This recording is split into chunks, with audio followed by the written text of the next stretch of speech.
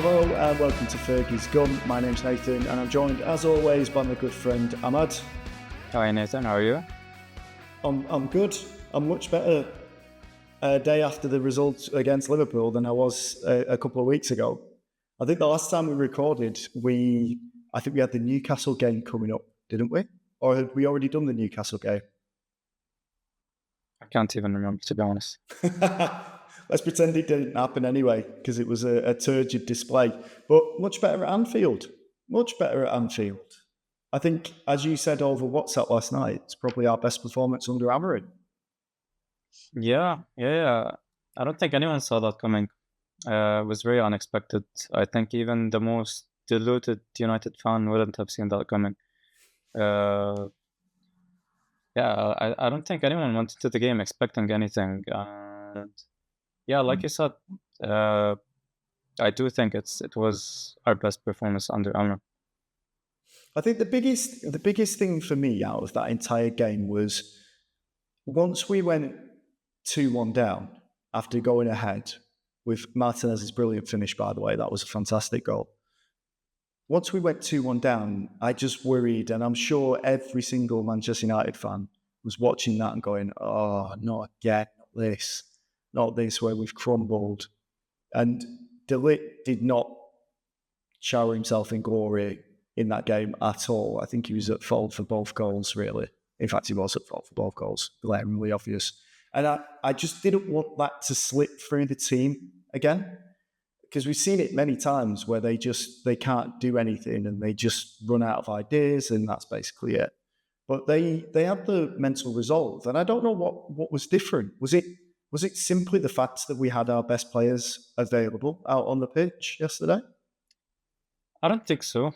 I think it always comes down to the fact to like how motivated the players are, and I don't know. They seem to be more motivated when playing one of the bigger teams, especially away. We saw that at Arsenal. We saw that at City. So I think it's a thing. I think this is why Aaron was like upset, visibly upset after the game last night. No one would have thought he'd be upset after that performance, but he was like, yeah, like genuinely upset because, like he said, he doesn't get why they can't do this every game. Like, why did they play the way they did for the past 4 games when they can produce what they did last night? Well, we slated him recently, but Bruno Fernandes was player of the game officially, voted as player of the game. And he did play well, but I think the biggest thing for me, or the biggest difference that I saw in that, was that he was trying to direct players around. He was very passionate. He was all of those things that we were complaining about the other week, where we were saying about he was like, all he does is just gesticulate. He's not a true captain. He doesn't lead by example. But there was a couple of occasions, even before De Ligt had gone wherever he went with both goals. I think Gagpo sent him to the shops for a hot dog at one point. But the issue with that was before that had even happened, Fernandes was next to him saying, like, look, they got through. This is at 0-0. They got through. You need to be here, do this, do that. And he was telling him what to do. And it was a different side to Bruno that I haven't seen from him in a long time. I know we're quick to point out his argumentative side with the referees and the officials, but I don't know. It just seemed like he was on it yesterday. Maybe it had to do with the fact that he hasn't played in 2 weeks. He's had that trust, and he never gets rest. I genuinely believe, like, especially Bruno, he was mentally drained for the past years because literally he never rests.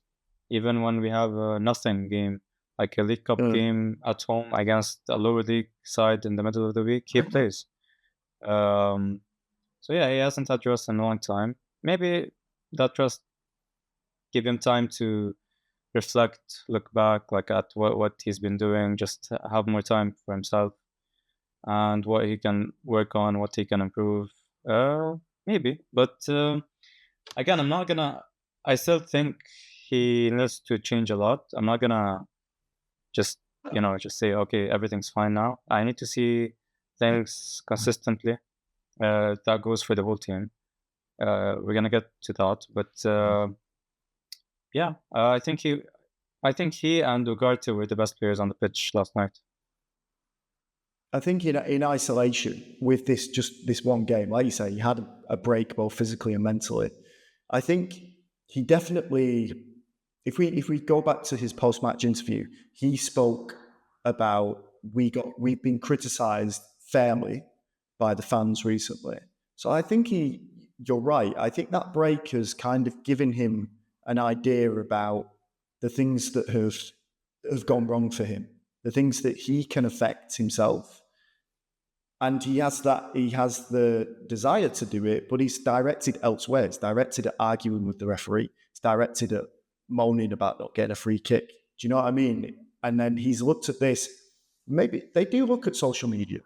Everyone's been saying the same thing. So maybe he did just kind of take a step back and go, I should be encouraging this side, because that's what they need. They need believers in this team, especially when things are going wrong. So, I'm happy that he did that. But yeah, you're absolutely right with your remarks about Ugarte. Him, Bruno and Ugarte, who is growing into that midfield role so well at the moment. Him and Menu still, I think Menu's still trying to find out where his position is within this Amarim system, or what he's supposed to be doing and how to operate within it. But Ugarte has picked it up like that, and he's thriving, not just from the tackling, but also from his positional sense, his passing. He's has improved as well. There was one pass where he swept it out wide, and no one apart from him could see that pass was coming. And he just seems to be that tigerish midfielder that we've been craving for such a long time. Yeah, yeah, I agree. I agree. Ugarte, we always on this podcast we always think he's been the best player almost every game we play. But yeah, like Ugarte was last night. It was amazing. He does. This is the thing. We haven't seen this enough. Like players doing the simple stuff, the basic stuff, they doing them right. And yeah, we haven't seen this enough in United players. And he tackles like I think I don't know. I think he had the most tackles in Europe last season. I think this season he's up there as well. Like you said, on the ball, he's brilliant. He plays the short passes. He plays the long passes. He knows when to delay the pass as well, which I think is important because not everyone has that. Sometimes players tend to rush the pass, and yeah, that doesn't benefit the team. But he knows when to delay, when to take a few touches, and he impressed me. And every game, I think he's getting better on the ball, which is not something we would have associated with him when he came in. Everyone thought like, okay, you're getting this tough, tenacious central midfielder who's there just to cut out play and just pass the ball. No, he's even like carrying the ball. He's spraying passes left, right. Yeah, like I really hope he keeps on going and improving because especially in that position, especially in Amram's system, you need the player to be capable of doing all these things. And yeah, I really hope Ugarte keeps on doing that. It was quite interesting as well with the lineup that he put out there, because on paper it looked very defensive. I think our most attacking players were Bruno, Hoyland, and Ahmad, and then the rest of it was basically banks of defenders. I know Mainu has it in him to get forward, but I think that may have caught the fact that Ugarte can bring it forward, and the fact that he can spray passes and he's not afraid of the dirty work as well. I think that may have caught Liverpool off guard slightly, because they're so used to running through teams. Like their midfield has been great. They Pundits have been saying that they're one of the best teams in Europe, and rightly so. Salah's having a Ballon d'Or season. It's one of those things that they thought they was probably going to smash us up, and we did.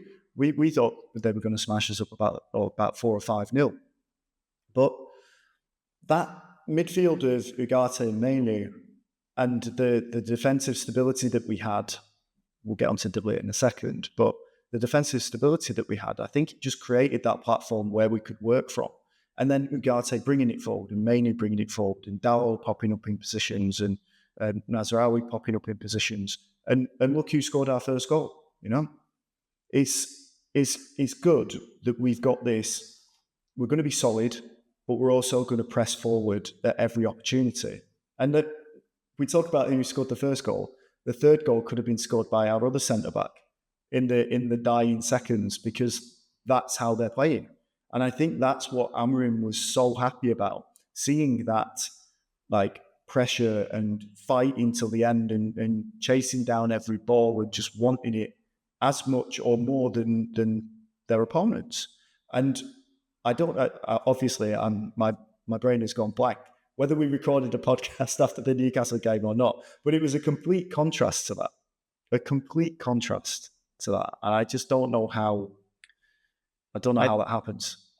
I honestly think the fact that we had a week off in between games and that Amram had some training sessions, I think they made a difference. I don't want to put it all down to training sessions because I don't think that makes sense, to be honest, because he only had like 2. But you can see like players, they know what positions to take up. Like you said, Dello was getting into good positions. And even like on Lisandro, I think Amram wants that from all his players. Yeah. But when you play back 5, every time he keeps on mentioning, it's you call it a back 5, but it's not just a back 5. It's not like a stable back 5 and then the defenders don't get forward. And we saw that. He wants his centre backs to step up, as we saw for the first goal. Like Lisandro was way up the pitch to cut out the pass first, and then he continued his run. And I think that's what's needed. Like if you wanna score goals in this system, that's what you need from your players. And I think when Amram first came in, players were still getting to grasps with how what they should do, and maybe now they are. But again, I don't wanna like hype up the team way too much because I still think we would struggle against teams that play low blocks. I think that's our issue mainly, because when we play against a team that presses high up the pitch, leaves spaces in behind, we have the players to play on the break, whether they're Rashford, Garnacho, or even if you're looking at Dallo, Hoyland, any of those. So I want to see us against low blocks, breaking them down, maintaining the pressure, taking our chances. You know, this is when I'll start. Okay, like yeah, this team is gonna be doing something. But yeah, not taking anything away from the game last night. Still going to Anfield. It's not easy. It's not easy, as we've seen the past years for United. Last goal we scored there was 2018 when we lost 4-1, I think. Mourinho's last game at the club. So yeah, like that's more reason for me not to think we would have gotten anything out of the game going into it. In the last episode, we did talk about the fact that any kind of positive result, a draw or a win at Anfield, could be the perfect starting block for building upon with this team and giving them the confidence. And that seems to be echoed with Amorim's post-match press conference, the players coming out with their speaking to the press as well. Like they all seem to think that this could be the start that they needed. And it's a positive thing for them. It's a confidence changer. So, let's hope that something positive does build from this, because he's been too erratic. That's the worst part. You just don't know what you're going to get with this team. They go away to the Etihad, they go away to Anfield, and they get results. 4 points out of a possible 6. And who'd have thought that with this team and the current state of it? I mean, Ahmad is definitely a big game player. He loves like playing away at the opponent, and he's not afraid to take a chance, and he always seems to pop up in the right positions. And it's there's a lot of positives to take from that game last night.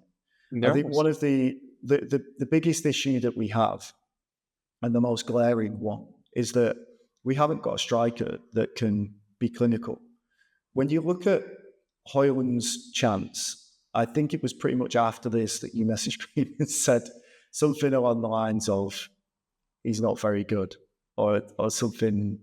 It, um, no. I won't say exactly what it was, but it was, those types of chances you have to put away. And then even that last one, whether he's offside or not, Xerxes, when you look at where the position that he's in, he's only got the goalkeeper to beat. He's about 8 yards out. He's only got the goalkeeper to beat. Shoot, man, is what you're paid to do. And I know. I understand. I understand that after the Newcastle game, which Amorim, he has to take some responsibility for this. Taking off Xerxes, he gets dogs abuse from the fans. I listened to Talk of the Devils podcast earlier on, and they were saying that it wasn't exactly how it was presented on TV that they were all booing him as a player. They were booing. They said that the fans were frustrated because I think Laurie Whitwell was in the stands at the time.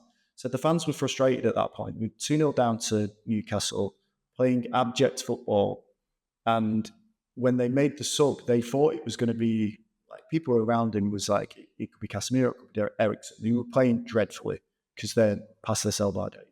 So when Xerxes came off, like that was just the fan frustration. And I'm sure some fans did boo him because they think he's rubbish. But I think it was more to do with the frustration of things, and he was just caught in the crossfire. However, what I will say about that was when his number was called and he came onto the pitch yesterday at Anfield, the fans singing, singing, "Oh, Joshua Xerxes," I thought was a really nice touch, because he's 23 and he's going to get abuse for not scoring goals every single week. But he doesn't help himself when he doesn't shoot like that. Maguire on the centre spot after 97 minutes of running up and down the pitch. Xerxes fresh as a daisy. Put that in top bins, lad. Come on, you can do it. I don't know. I don't think it was the wrong decision, to be honest. The only wrong thing about it was maybe it should have been a better pass, like not bouncing. But it doesn't matter if it's Maguire, if it's Garnacho, if it's Bruno. I don't think Xerxes was looking like who the player is, but he just saw his teammate in a better position, which would increase the chances of us scoring. And okay, maybe like Xerxes' confidence. He's a striker though. He's a Yeah, striker though. That's the thing. but like He is paid to score goals. yeah, but his confidence isn't there. Yeah, we all know that his confidence isn't there. You're at Anfield, your first time there. You've been I don't know, you've been abused like a week ago, and yeah, it's a 97th minute. You're through on goal. Of course, you're gonna have the split second to doubt yourself, but it's not like he soft his shot or something.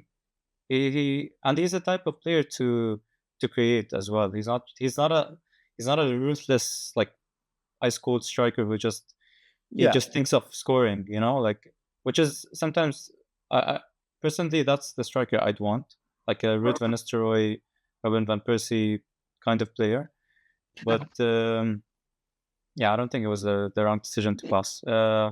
I think Maguire. if you're squaring that to me in five-a-side, mate, and you're clear through on goal, I'm tying my shoelaces at that point. I'm not even looking at you. So I'm expecting you to shoot. I would score it. I wouldn't shoot. Well, there we go. I never shoot. But yeah, no, he.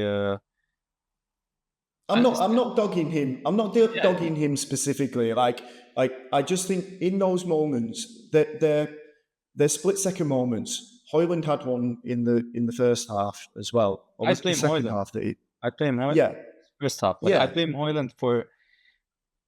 I mean, like you have to take those chances. I don't care if you're 20, 21, if you're 27. You have exactly. to take those chances. Exactly, and the thing with Hoyland, when you watch it back, when you see the different camera angles, he just doesn't look confident. He doesn't look like he's attacking it with everything. You know that kind of look. We're talking about like chalk and cheese here. That kind of look of Yeah, determination, like Rooney used to have. Do you know what I mean? Like, well, this is a goal because I'm in and I'm going to score. yeah, Like, he just did not look confident. And when he sent it towards Allison, it's like, oh, come on, man. These are the fine margins, and we are exactly. definitely going to have to buy a striker because whatever you think about Xerxes passing it to Maguire, whatever you think about Hoyland like sending it into the goalkeeper when he's clean through, these are the things that will decide how far up the league you go. These are the things that will decide whether you win cup competitions. These are the things that will decide whether you challenge for league titles. And Amorim will look at that and will just be like, Gyökeres would have finished that. Like, no doubt in my mind, he'd have scored. Absolutely scored. And there'll be talk. We're going to talk about transfer rumors in a second anyway. But in his brain, he would have been like, those two, like, they're just not my striker. If Xerxes would have scored, maybe he would have changed his mind. But gilt-edged chances like that, you cannot miss. I agree. But on the game as well, like I don't get why we always get these decisions against us. Like the penalty. I know it's a handball, but if it was the But other way, that's why we get it against. no, if, trust me, if it was the other way around, no way it would have counted. No way, no way it would have counted. If it was us, no way. And we've seen this way too many times happen to us. And then they come up with some, like, I don't know, like, stupid explanation. It was ball to hand or whatever. I don't even get the handball rule anymore. I know But that then, they shouldn't. did you What? see the penalty that Arsenal conceded the other day? Where Saliba went up for the header with João Yeah, Pedro. I saw. Like, I was watching the game and like I was like, okay, it can be counted and can be not counted. Like, I get why it was a penalty, and I get why if it's not a penalty. It's one of Well, those things because it's like it's vague. Even there was Newcastle against Spurs earlier in the day. There was the same thing with Gordon, and the guy was bleeding. Gordon was like his nose was bleeding, and there wasn't a penalty. So like it depends on the referee, but like the handball shouldn't be something so vague. It's either handball or it's not. Like I don't know. And like regardless no, no, no. regardless of that, Yeah, he didn't the have the Lit best. will want to forget about that game very He was having a quickly good game, to be because honest. yeah. He was having a good game until like you said, like Gakpo sent him to the shops. But I don't know what happened. But again, these are the things, the fine margins. Like the Lit will recover from this. Is absolutely no problem. Like he'll take this like a man and be like, that's not good enough. Got shown there with one of the simplest drag backs ever, and I shouldn't have put my arm up because these things can happen with VAR. VAR is completely inconsistent. Cannot trust it to be on your side. So just don't put your hand there. It's What basically the end. Why didn't they check Sorry. the other one, like the one that should have been a handball on Liverpool? They didn't even check it. We didn't even see a I know exactly. replay. This We is what didn't I even see mean. a replay on TV. Like this is what I don't get it. Like what? How? Make it make sense. I don't know.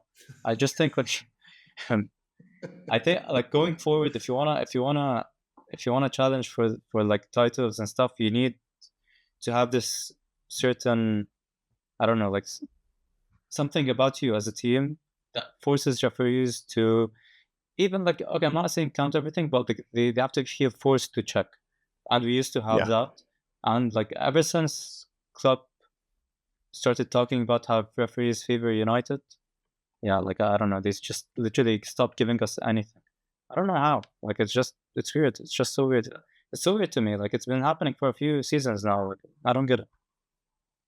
Is this a conspiracy theory? Is this a tinfoil hat It's not. situation? It's not a conspiracy theory. It's facts. I'm just stating facts. Yeah, they're just terrible. That's the problem, They unfortunately. just Michael Oliver. He supports Newcastle, and he always gives decisions against us.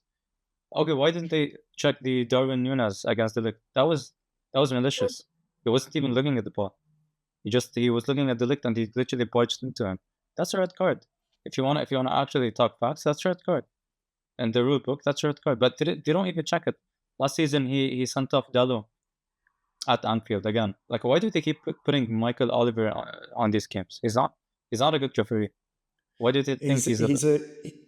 He frequents Dubai quite a bit. I've had dinner with my wife next to him and his wife a couple of times while I've been out I there. wish I was So there, man. Wish I was there. next time I see him, I'll give you a call. You can come and ask him personally. No, I'm not gonna ask.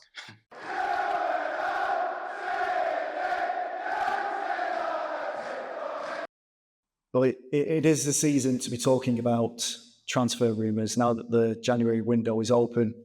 I don't think there will be much activity, according to a lot of people with better connections than you or I.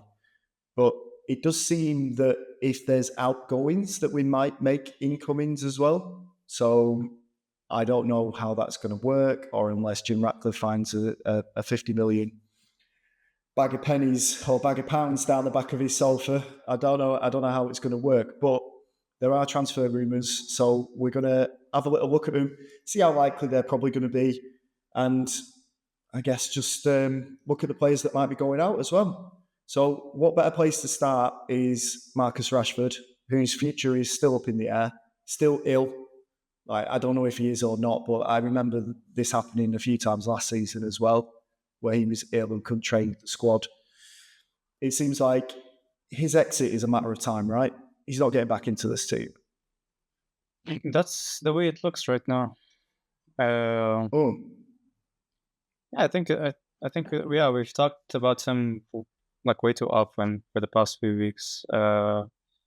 And yeah, I think like for us to be able to do anything in the market, we have to find a buyer for him.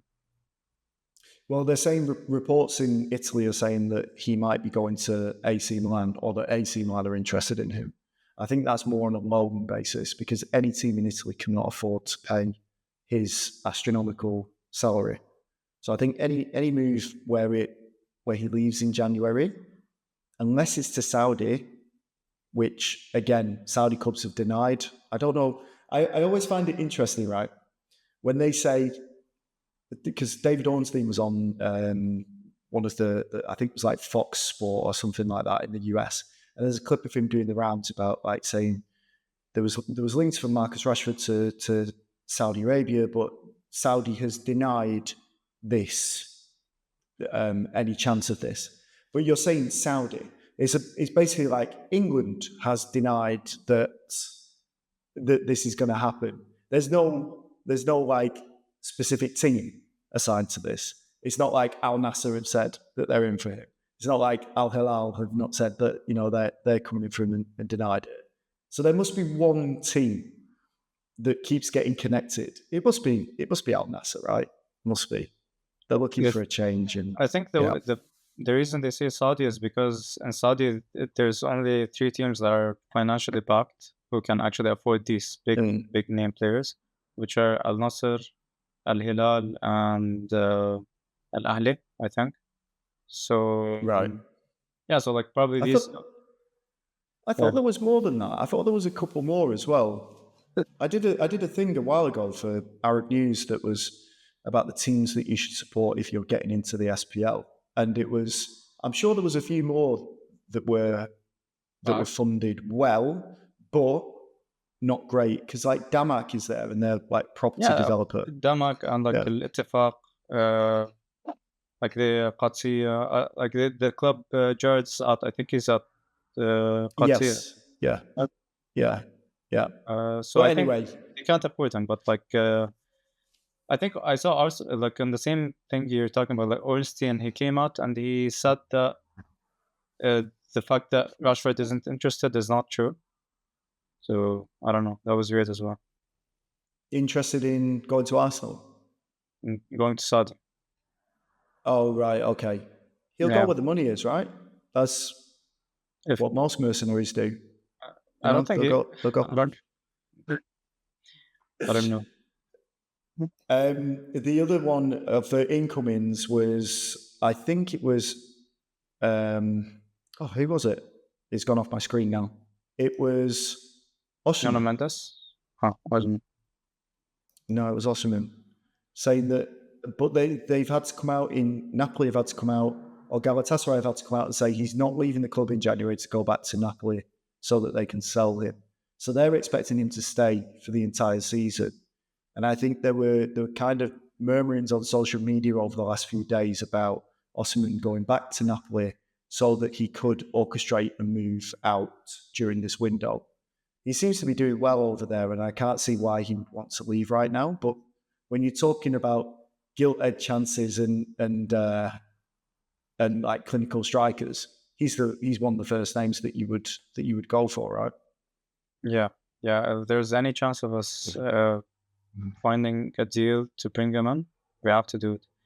Whether that means selling Xerxes, selling Hoyland, I don't know. Like just you have to do it. But like these deals are tough to do in January. Like January, the January transfer windows is one of those windows. Like you can't do anything honestly, unless it's a loan or unless it's an opportunity that's like very very rare. I don't know. But Lest Osimhen we would be, forget, we signed Everin Vidic in January, mate. yeah, for like 5 and 7 million or something. These are the deals we can do, but like what we Those need days right are now is gone. way way bigger than that. Yeah, exactly. Although that money that we spent on Hoyland and Xerxes probably would have been better spent on even Tony, another man that's out there in the Saudi league. I think he's played 10 games and scored 3 goals. I'm not entirely sure he's enjoying himself, but again, another name that has been bandied around the forums and social media about maybe coming back to the Premier League. But he's been linked with Arsenal, he's been linked with Chelsea, he's been linked with Spurs, he's been linked with everyone. So Manchester United is just another name that's on there. But again, another proven Premier League striker that would immediately start up front for this team right now. I think I think the other day I was telling you Igalo would start. If we bring back Igalo, he would start for us. You did That say that, and I erased it from my brain because I wasn't having that well, much nonsense at that amount. no, no.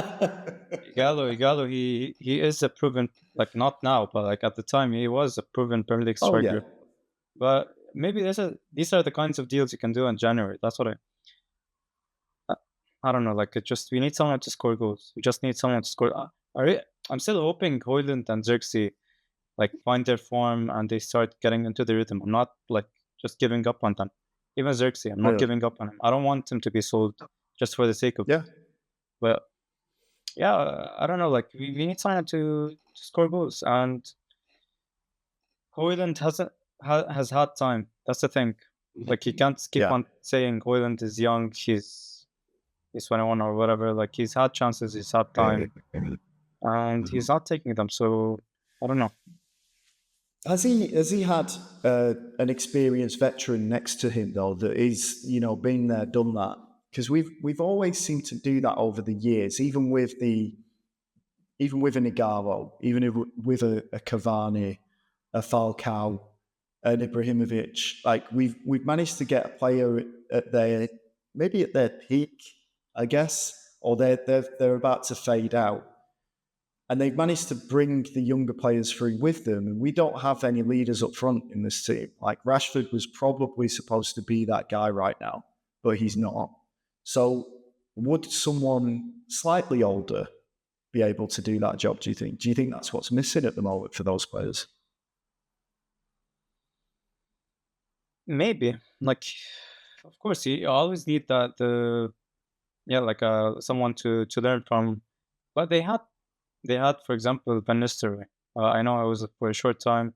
I know he wasn't like playing, but he was there. Like, what's the point of for someone to look up to? You just you listen to them. You take what they're telling you, the tips. They can give you advice. So these are things, but I don't know. Like it's I I get don't that, get. but there's only so much they can impart from the sidelines and from a coaching Yeah, situation. for sure. From when Van Nistelrooy played, from when Benny McCarthy played, another coach that was at Manchester United, the the game has changed a lot. Yeah, So the tips that they can talk about tips for strikers that always work.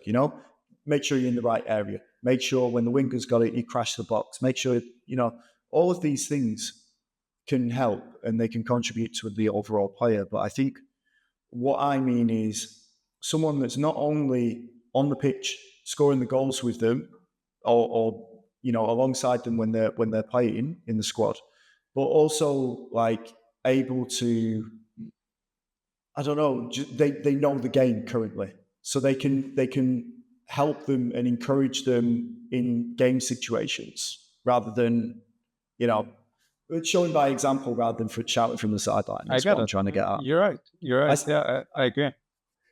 I say this with one eye on the free transfer market, which is I can see Diego Costa and Bring, Choupo-Moting just sitting there, mate. They're sitting there, they're waiting. yeah. Bring them in. Bring them in.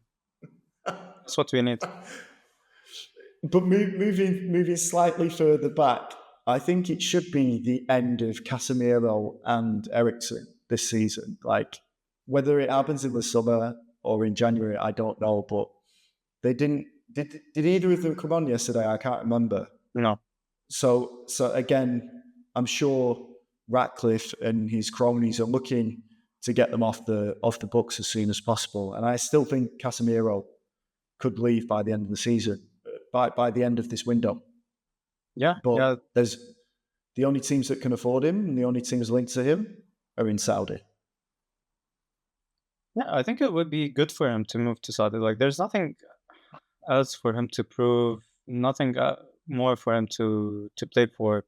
Yeah, just go to Saudi, enjoy the last years of your career. You're still playing, like, it's a decent level of football. It's not like you're going to the MLS, for example.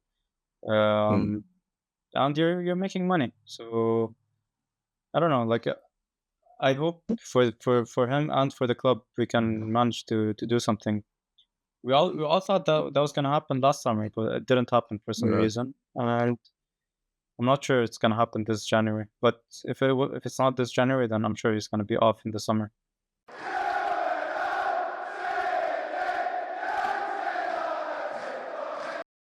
Up next in the FA Cup is Arsenal away at the Emirates. So no easy games for Manchester United coming up at all. But how do you see that one going? Because before the game against Liverpool at Anfield, I'd have thought it would have been another crushing uh, display from Manchester United, and I thought they would have been going into the Arsenal game off the back of a humbling defeat. But I don't know, feel slightly more positive about going into the FA Cup now. Yeah, I mean, if we take into consideration the performance we had yesterday, and I'm sure the morale has been boosted. And if you take into consideration the way we played against Arsenal at the Emirates and the league, and also if you look at how Arsenal have been playing lately, yeah, you wouldn't. You could see us doing something in the game. Um, I hope so. To be honest, I hope so. Like, we need to start going on a run. We always seem to have like one step forward, 10 steps back. Um, but yeah, we need. I'm not really too bothered about the FA Cup, to be honest. Like, I wouldn't mind if we left it, if we crashed Ugh. out. But yeah, I'm gonna look at the performance again, not the result. I think that's the most important thing right now. I mean, the more competitions that we're in is great from a financial point of view, and for Amarim to stay in cup competitions is fantastic. But we could do with those weeks off. Those extra games we could do with them off just to try and hammer home this style of play. However, I think Arsenal might have the same idea. I think Arteta might have an eye on the league. He's probably realised like Liverpool dropping points, and they will continue to drop points. Liverpool. I don't think they can sustain that form for the rest of the season. With Liverpool dropping points and City obviously being where they are, although they're ominously hitting form again, I think Arteta might play a weakened side against United at the weekend. I think Arteta needs this more than Amarim and United. I think Arteta, honestly, he has to start winning cups. He has to start going on deep runs in competitions and cup competitions. because the way things are right now, I can see some Arsenal fans turning on him. They're not capitalizing on Liverpool dropping points. I know, like they played before Liverpool, but they should be winning those games if they want to go for the title. They should be winning Brighton away. So yeah, I think I could see him leaving at the end of the season if he doesn't win the league and if he crashes out all of the competitions. So I think he's gonna need this. Yeah, it's fine. You That can. that noise you can hear is my dog Eric, named after Eric Cantona, just having a little dream. Like maybe he's on the pitch at the Emirates. Maybe he's crossing it for Maguire, like Xerxes was. Who knows? Yeah, it'll end soon. Adds a bit of background to the conversation. Anyway, it's fine. Not going to wake him up. No, don't really come. But yeah, I think with Arteta, I think he definitely does need to be winning something. But when we look closer to home, we just talk about like Manchester United.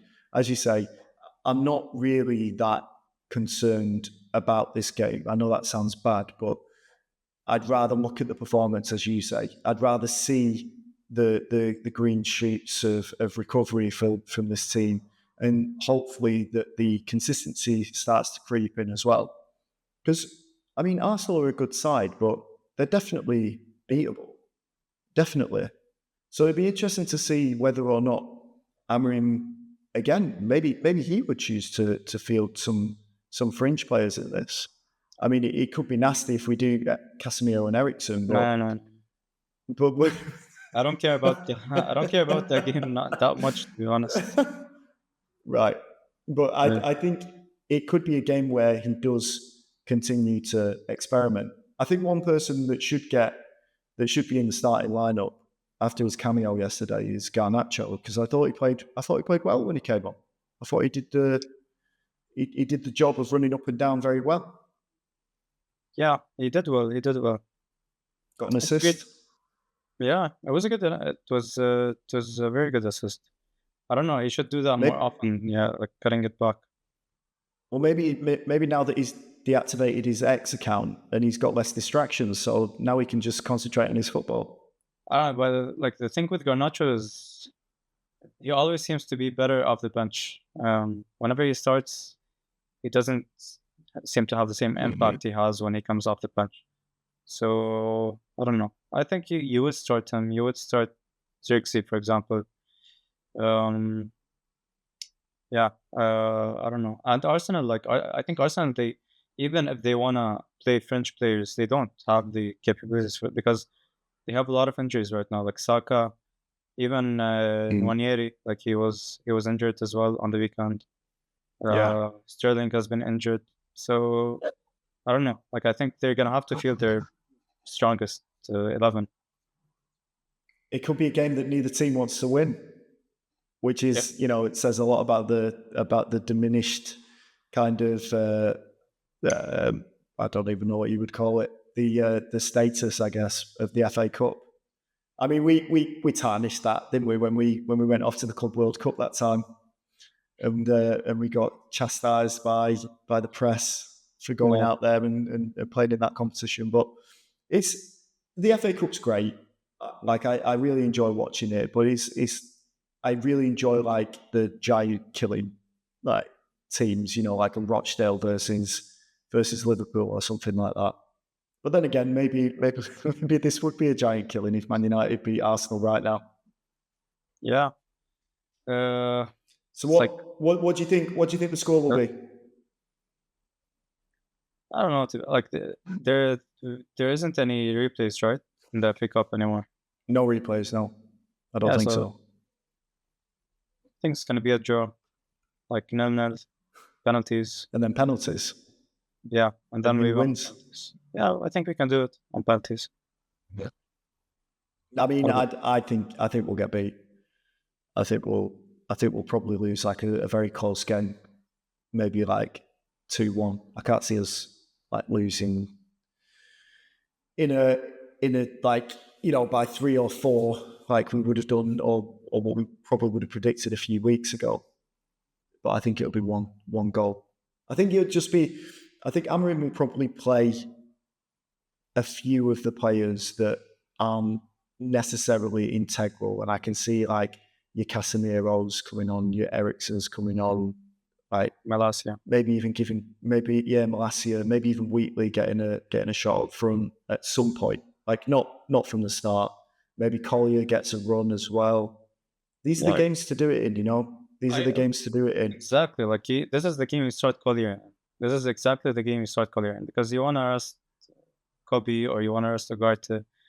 Yeah, you bring in Collier. You give him minutes. This is when you give him minutes, and it's not an easy game. So like he needs this experience, and he played against Arsenal in preseason, and he was decent. So let's see. Like this is where you start him.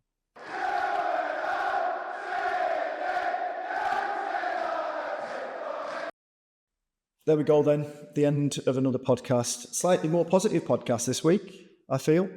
Not so much moaning. Still moaning in there, but that's what people tune in for, right? That's the misery of a Manchester United fan right now. Just But don't Oliver. forget to check us out. Yeah. But don't forget to check out Blue Sky and which is Fergie's Gun Pod, I think, and also our YouTube channel, which we are at a whopping 45 subscribers right now. So the race to 100 by the end of January is very much a thing, right? For we sure. can do it. Yeah, we can do We it. can do it. We can do it. Okay, thanks for listening, and we'll speak to you again after the Arsenal game.